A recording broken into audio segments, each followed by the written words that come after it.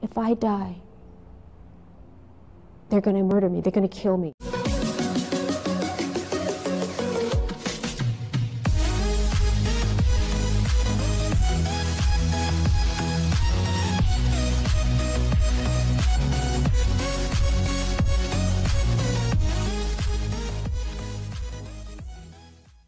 Hai guys, and still with me Yogi Sugianto, dan kali ini gue akan ngebahas tentang kematian Michael Jackson. Oke, sebelum lanjut ke videonya, jangan lupa untuk subscribe, like, comment, and share to all your friends. And check this out my video. Michael Jackson sebagai anak ketujuh dari keluarga Jackson, dan dia memulai karirnya di umur 7 tahun di industri musik, yang mana dia bergabung di salah satu grup musik, yaitu adalah The Jackson 5.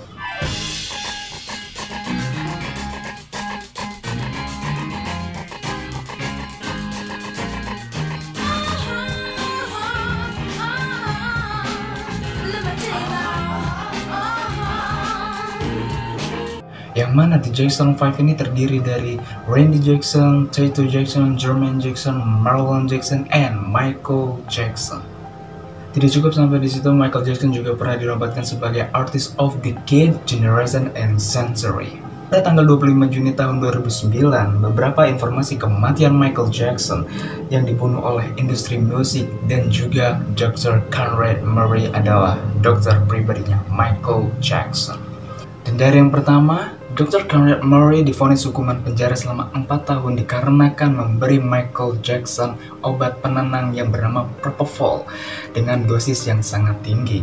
Bagi yang belum tahu, Propofol itu adalah obat penenang yang mana itu digunakan untuk menjalani operasi, menjalani sesuatu hal yang mungkin ini menyakitkan kepada si pasien tersebut.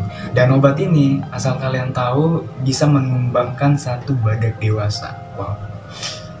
Dikarenakan Michael Jackson yang tidak bisa tidur dari malam hingga pagi, dan mungkin dia memiliki insomnia yang cukup hebat. Dan pada awalnya pun dokter pribadinya itu melarang dia untuk menggunakan obat Propofol itu, dan dia berusaha terus-menerus untuk meminta menggunakan obat Propofol itu.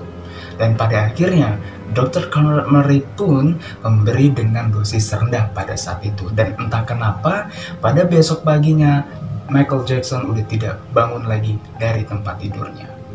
Apakah Michael Jackson yang menggunakan obat itu secara dosis yang tinggi, ataupun siapa?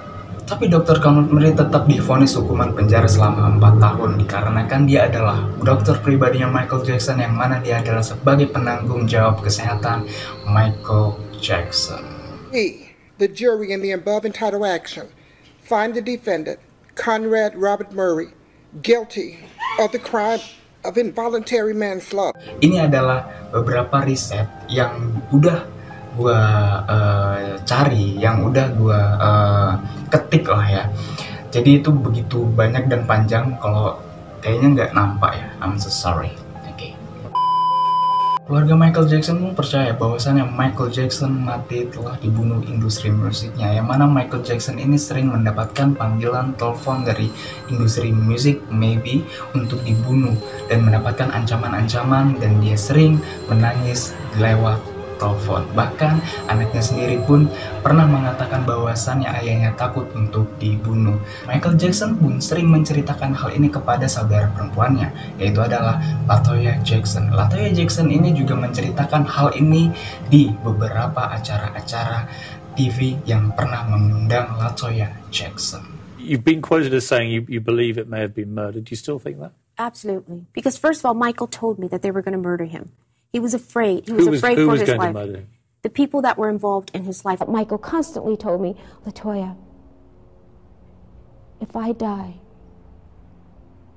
they're gonna murder me, they're gonna kill me. Oke guys, jadi gua secara pribadi juga menyukai keberadaan Michael Jackson. Dia sebagai musisi papan atas di dunia, yang mana gua telah membaca informasi-informasi yang menurut gua ini adalah sangat menarik, yaitu adalah lagu They Don't Care About Us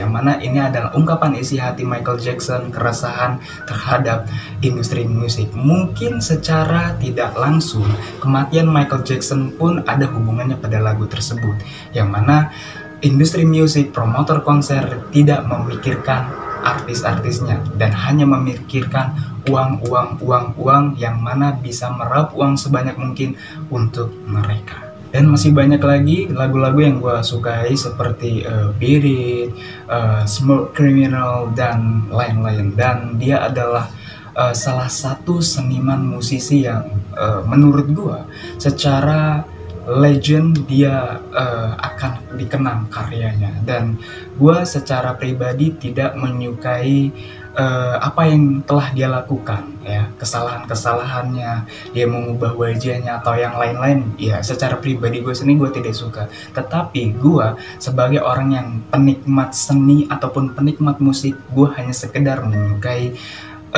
karya-karyanya saja. Oke guys, ini tidak ada sangkut pautannya bahwasannya gue ngebahas video ini berlebihan untuk menyukai Michael Jackson. By the way, gue bukan fans Michael Jackson, tetapi gue menyukai keberadaannya pada saat itu.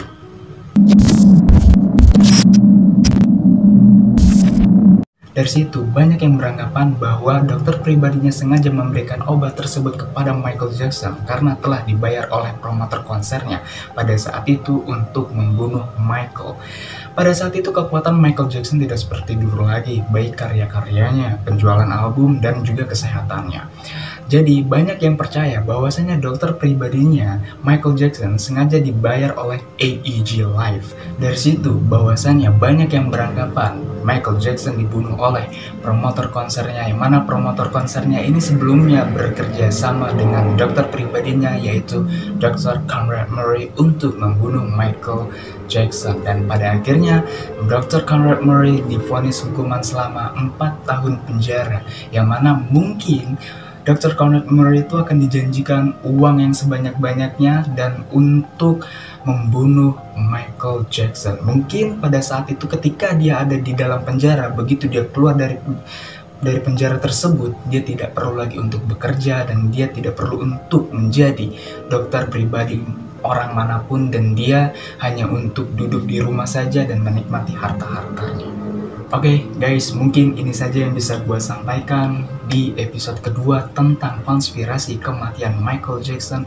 So, jika ada sesuatu hal yang bisa kalian dapat dari apa yang gue omongin, ya mungkin itu adalah sisi poin plus untuk kalian. So, lebih dan kurangnya gue mohon maaf sekaligus jika ada banyak yang salah, dan gue percaya itu karena gue juga masih belajar pada konten baru gue pada saat ini. So, gue meminta kalian untuk memaklumkan hal itu, dan jangan lupa untuk subscribe, like, comment, and share to all your friends agar gue lebih semangat lagi untuk membuat konten yang baru, membuat teori-teori konspirasi atau kematian seseorang yang bisa dibilang dianggap legend. Oke guys, see you next time. Gue Yogi Sugianto and